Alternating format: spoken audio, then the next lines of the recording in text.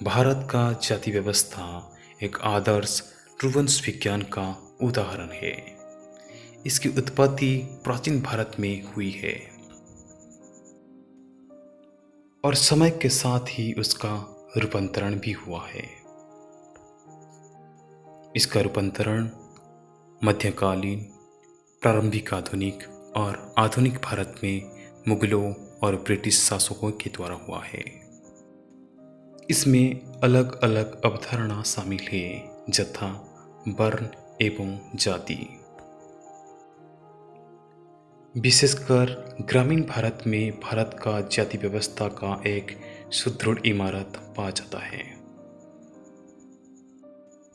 और उसका आधार प्राचीन भारत में वैदिक काल में वर्तमान में प्रचलित भारत का जाति व्यवस्था जोड़ित है। लेकिन भारत का जाति व्यवस्था क्या पहले से ही ऐसा था? नहीं, ऐसा बिल्कुल भी नहीं था।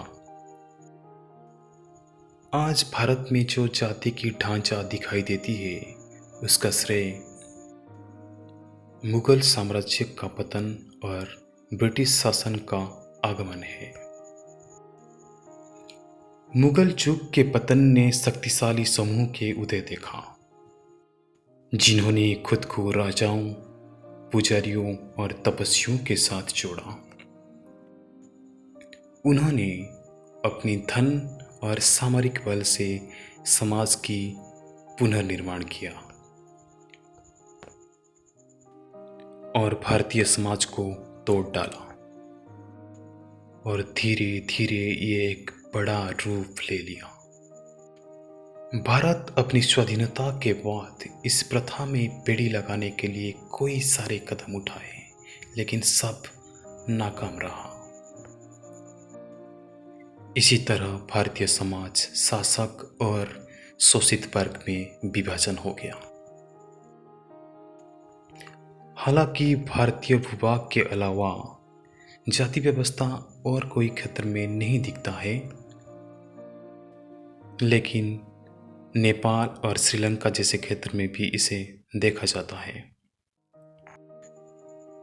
भारत में जातिगत व्यवस्था का इतना पकड़ मजबूत है, इस भूभाग में जिस समुदाय भी आए, जातिगत व्यवस्था ने उसे अपने अंदर सिमट लिया है। चाहे वो इस्लाम हो, यहूदी हो या फिर ईसाई हो। ऐसा नहीं है कि भारत में जातिगत व्यवस्था को चुनौती नहीं मिला।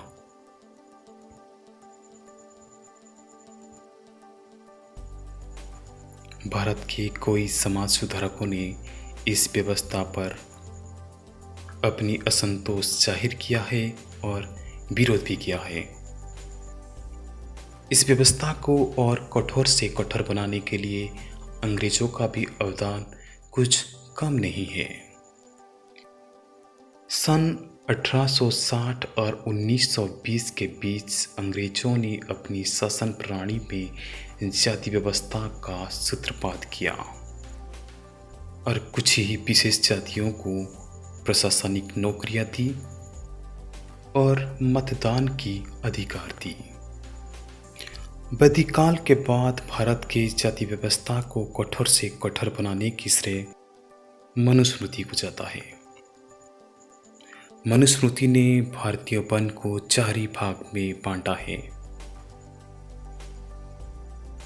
मनुस्मृति में लिखित है, ब्राह्मण का सृष्टि ब्रह्मा की मुख से, क्षत्रिय की सृष्टि ब्रह्मा की छाती से, वैश्य की पेट से और शूद्र की उनकी पैरों से सृष्टि हुई है। लेकिन महर्षि बसव जैसे पंडित ने उसे खंडन किया है। महात्मा ज्योतिबा फुले ने कहा है कि अगर पशु और पक्षी में कोई जाति नहीं है तो मनुष्य में क्यों है। भारतीय समाज को सुधारने के लिए स्वामी विवेकानंद ने भरसक कोशिश किया। उन्होंने वेदों को गुरुत्व दिया और कहा, अगर जाति व्यवस्था को हमने हमारी समाज में बाहर नहीं किया तो आज से 500 साल बाद हम सब पागल खाने में होंगे। लेकिन बाद में उन्होंने कहा, एक के ऊपर दूसरे का प्रभुत्व भारतीय समाज को लंगड़ा कर देगा। महात्मा गांधी ने भारतीय समाज में जाति व्यवस्था को एक अभिन्न अंग के रूप में माना था। हमारे संविधान के प्रणेता डॉक्टर बी.आर. अम्बेडकर ने तो भारतीय जाति व्यवस्था का एक प्रमुख शिकार थे। भारतीय जाति व्यवस्था को चुनौती देने के लिए उन्होंने अपने 3 लाख अनुगामियों के साथ बौद्ध धर्म को स्वीकार किया है। महात्मा बुद्ध को भगवान के 8वां अवतार माना जाता है। उन्होंने भारतीय समाज को इस रोग से बचाने के लिए जन्म नहीं बल्कि कर्म की प्राधान्य को गुरुत्व दिया है।